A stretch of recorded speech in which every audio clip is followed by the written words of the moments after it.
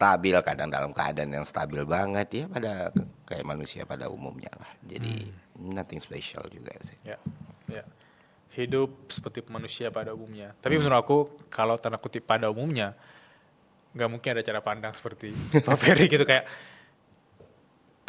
apa trigger pointnya sehingga kemudian yang kita manusia pada umumnya ini kemudian beraksi ke hal yang mungkin menurut aku bisa aja beresiko, bisa aja disalahpahami, bisa aja itu dianggap aneh di zaman Oh sekarang ya. karena kemudian Bang Ferry itu outstanding karena berani itu. Gitu. Apa trigger pointnya di kepala orang yang tadi biasa aja, tapi kemudian menghasilkan sesuatu yang menurut aku bisa luar biasa. Justru mungkin karena aku naif kali ya, karena aku pikir itu biasa aja gitu. Jadi ya semua orang bisa ngelakuin itu gitu. Jadi nggak ada spesialnya.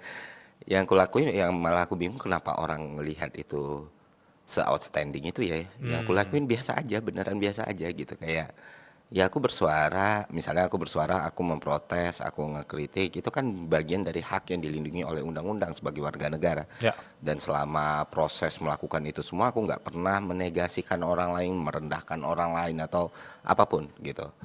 Dan kupikir juga selama itu aku lakukan, selama itu ya aku perbuat juga bisa dipertanggungjawabkan ya. Yang penting bisa dipertanggungjawabkan, yang nggak akan ada masalah berarti. Kupikir awalnya seperti itu gitu kan. Kupikir juga orang akan ngelihatnya biasa aja, tapi ternyata respon dari publik atau respon dari yang dikritik itu kan ternyata berbeda-beda ya. Dan itu jadi proses belajar juga. Ternyata seperti ini orang-orang gitu.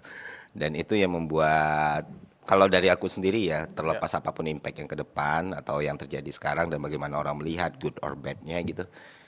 Itu sarana belajar sih tentang bagaimana hidup dan bagaimana manusia gitu. Dari apapun yang aku lakuin.